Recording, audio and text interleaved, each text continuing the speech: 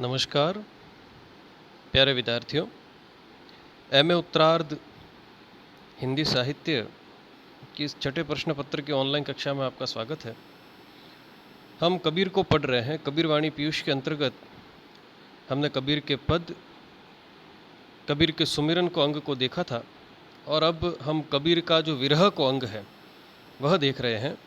विरह के अंग के हमने 13 जो है वो दोहे पढ़े थे और इन दोहों में हमने देखा कि किस प्रकार कबीर जो है वो एक ही बात को अलग अलग तरीके से जो है वो अभिव्यक्त कर रहे हैं।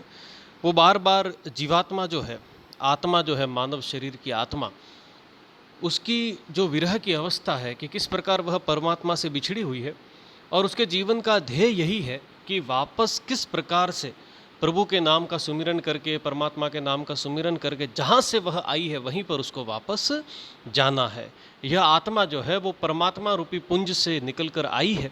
परमात्मा ने यह अवसर दिया कि आप जो है वो अपने श्रेष्ठ कर्मों के माध्यम से अपने जन्म और मरण का जो बंधन है उससे मुक्त हो जाइए। तो इस आत्मा का लक्ष्य जो है वो कबीर के अनुसार यही है कि संसार सागर में रहते हुए श्रेष्ठ कर्म करना, समर्पित भाव से, निष्काम भाव से जो है वो प्रभु को याद करना और अंततः उन्हीं के चरणों में अपना सर्वस्व समर्पित करके उन्हीं के चरणों में जो है वो समर्पित हो जाना या मोक्ष का जो है वो अधिकारी बन जाना। तो इसके लिए कबीर जो है वो शर्त यह रखते हैं कि जो विरह है जीवात्मा का वह बड़ा मार्मिक होना चाहिए, बड़ा पीड़ादायक होना चाहिए। मर्म का जो है वो उसमें मार्मिक से हम यह समझे कि बड़ा जो है वो दुख वाला होना चाहिए कि जो हृदय से निकली हुई पीड़ा हो। ऐसे में जो है वो यदि उस तरह का विरह है तो कबीर का यह मानना है कि तो ही जो है वो परमात्मा दर्शन देंगे, प्रभु श्री राम के दर्शन होंगे, अन्यथा सामान्य विरह से जो है वो प्रभु के दर्शन होना संभव नहीं है। तो इसी बात को जो है वो देखिए, इसी प्रसंग में कबीर आगे क्या कह रहे हैं। चोट सतानी बिरह की सब तन जर्जर होए, मार न हारा जानी है कि जी ही लागी सोए। अब देखिए कबीर कह रहे हैं कि यह जो विरह की चोट है, चोट सतानी विरह की, यह जो विरह की चोट जो मन में लगी हुई है, इससे सारा तन जो है वो जर्जर हो गया है। हमें विदित है या यह जो स्वाभाविक बात हम समझ सकते हैं कि विरह में जो है जब व्यक्ति पीड़ित होता है, दुखी होता है, तो जब मन में लगातार पीड़ा बनी रहती है तो उसका शरीर जो है वो धीरे धीरे जर्जर होता जाता है, वह कटता जाता है। क्यों? क्योंकि उसके मन के भीतर पीड़ा समाई हुई है। तो देखिए जीवात्मा का भी जो परमात्मा के विरह में जीवात्मा की भी यही स्थिति है कि यह जो विरह की चोट लगी है उससे सारा तन जो है वो जर्जर हो गया है। कबीर कह रहे हैं कि जीवात्मा का सारा तन जर्जर हो गया है।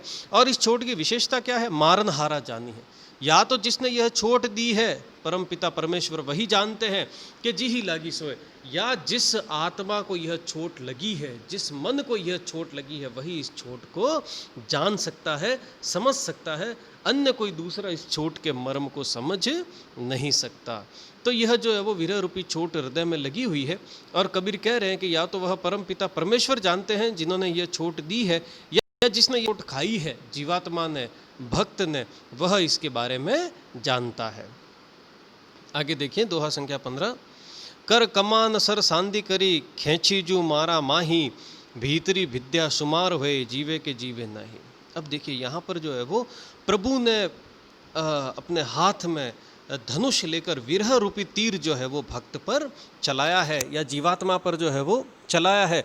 कर कमान सर सांदी करी, खेची जू मारा माही। संत कबीर कहते हैं कि प्रभु ने इस प्रकार जो है वो धनुष पर तीर चलाकर जो है वो संधान करके जीवात्मा पर मारा है। भीतर विद्या शुमार वे, वह जो तीर था विरह रूपी तीर वह जीवात्मा के हृदय में भीतर तक समाहित हो गया है, बड़ा गहरा उतर गया है।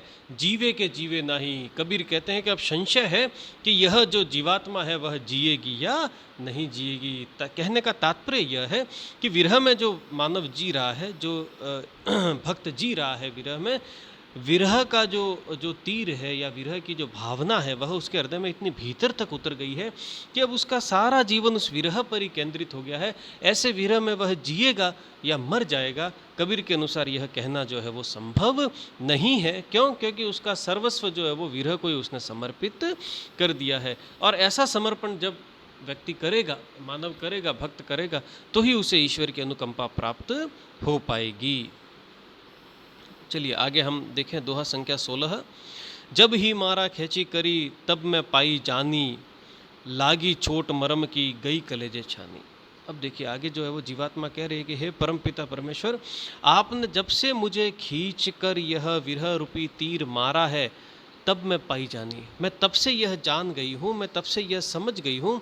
लागी चोट मरम की, यह चोट जो है वो मरम की चोट मेरे जो है वो भीतर तक पहुँच गई है, गई कलेजे छानी, और यह चोट, यह पीड़ा अब लगातार मेरे कलेजे में बनी हुई रहती है। व्यक्ति जब किसी गहरे दुख में होता है, गहरी पीड़ा में होता है, तो अपने कलेजे पर एक भार महसूस करता है। न तो उससे कुछ खाते बनता है, न पीते बनता है, उसे ऐसा लगता है जैसे कोई पीड़ा जो है वो गले में, कलेजे में जो है वो समा गई है। तो कबीर की भी जो है वो यही व्यंजना है यहाँ पर कि जब से यह विरह रूपी तीर जीवात्मा को लगा है, इसकी जो है वो गले में यह चोट विरह की हमेशा जो है वो बनी रहती है। एक पल को भी या एक क्षण को भी जो है वो जीवात्मा को आराम नहीं मिलता है, वह रात दिन इस विरह में जलती रहती है। आगे दोहा संख्या 17 में कबीर क्या कह रहे हैं? जिही सरी मारी कालही, सो सर मेरे मन बस्या, तिही सरी अजुहु मारी, सर बिन सच पाऊ कहीं।